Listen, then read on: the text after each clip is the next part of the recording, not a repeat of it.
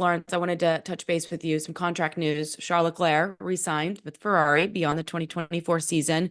Not sure the parameters exactly about the contract.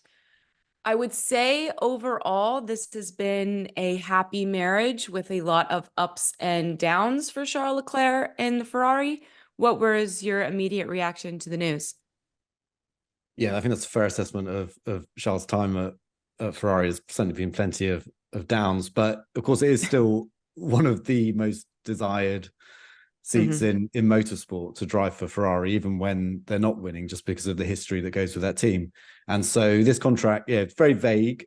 Several years was what Charles Leclerc said in the press release quote.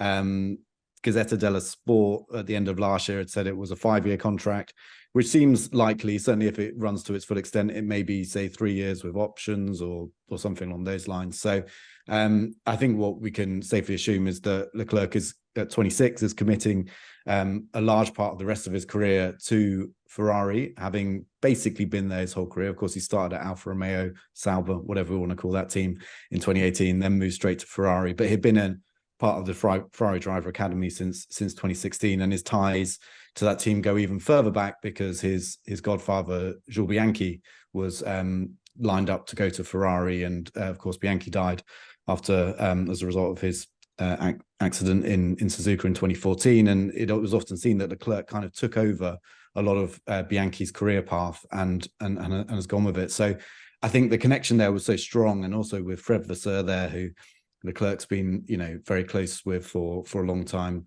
going back to that initial Sauber contract as well.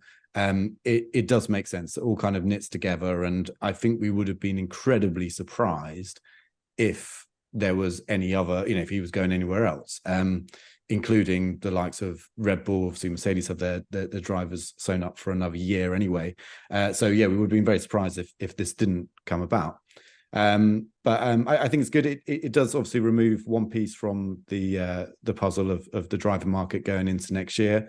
Interesting that Carlos Sainz's new contract wasn't announced at the same time. Ferrari have made similar noises about their desire to keep both drivers. The difference being that it always looked like Leclerc was going to be on a longer term deal than Sainz. So whether we'll get, in a few weeks' time, an announcement that Sainz is also staying there, again, probably without a length of contract, and then we'll have to do the journalism behind it to find out how long each of those two drivers are on. But I think, also from a Ferrari side, makes perfect sense. Leclerc is, I genuinely believe, the fastest driver over a single lap in Formula One.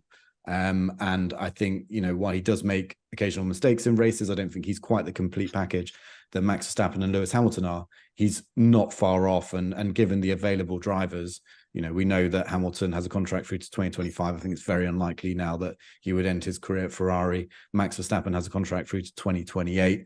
Given the availability of drivers that Ferrari was looking at, I think getting Leclerc in one of those seats on what we think is a long-term deal makes a huge amount of sense. Nate, which statement is more true? Ferrari needs Charles Leclerc more. Charles Leclerc needs Ferrari. Wow, that's a good one. I really don't know. I think I reckon I would say probably Ferrari needs Charles Leclerc more, only because at the moment I don't know who else they would get who's a big name. Because as Laurence has mentioned, I don't think Lewis is staying around for another deal. Don't think Max would go. And for Charles, I mean, he's made his name and other teams would come for him. Whereas I think for Ferrari, probably be at a loss to find a big name. I'm sure. I mean, actually, they wouldn't, would they? Because anyone would, at a drop of a hat, would probably drive there. But it's a good question. Ferrari never admit that they need anyone. It's always they need us. Which there's probably a lot of truth to that. I mean, maybe more so in the past than now. But yeah, I think I'm gonna be thinking about that for a few hours now, Katie. I don't actually know what the good answer is. Laz, do you have a gut reaction to that question? Well, only a kind of boring one, which I think the nature of it is that they both do require each other. I mean, look, Ferrari would happily continue as a team, without Leclerc. It's obviously not conceivable. Whereas Leclerc, you struggle to see where he would fit in another team. It feels like after Lewis, Mercedes will probably be George's team, and Max has Red Bull, and then you start to look down the list. You think, well, which other teams are realistically going to challenge for championships. Now, I know a lot of people will turn around and say, well, Ferrari haven't done that since 2007, 2008, if you like. But they've been there or thereabouts, and they have actually challenged for championships. They have been in the mix for them.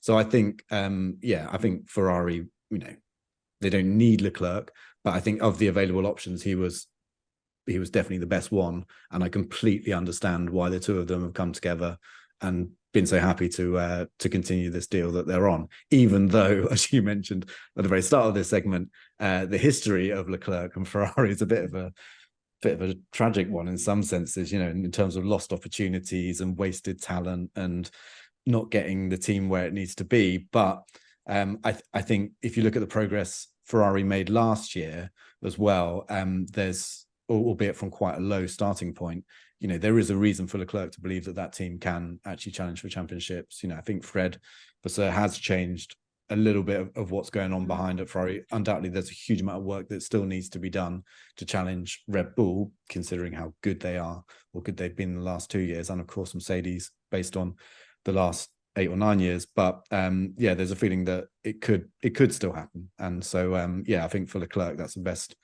he had on the table. Yeah, and also Charles has that incredible storyline right there. He's the only, him and Carlos are the only two drivers that have that in front of them, which is they could be the guys that end that Ferrari drought, and it's only going to get longer. I don't think it'll end this year. And it's a powerful pull, especially if you're like Charles and you love the team as much as he does.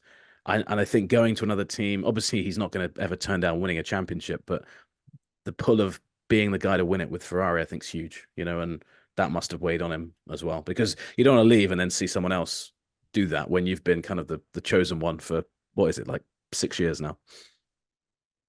No doubt about it. And I also think too, no matter if you're a fan of Mercedes, Red Bull, McLaren, you name it, when Charles Leclerc and Ferrari are good and they're competing for podiums, it makes the entire sport more compelling. So I think we all hope for more triumph for Charles and Carlos Sainz and Ferrari this season, as compared to some of the heartbreak that we've seen. Thanks so much for watching ESPN on YouTube. And for more sports highlights and analysis, be sure to download the ESPN app. And for premium content and live streaming, subscribe to ESPN Plus.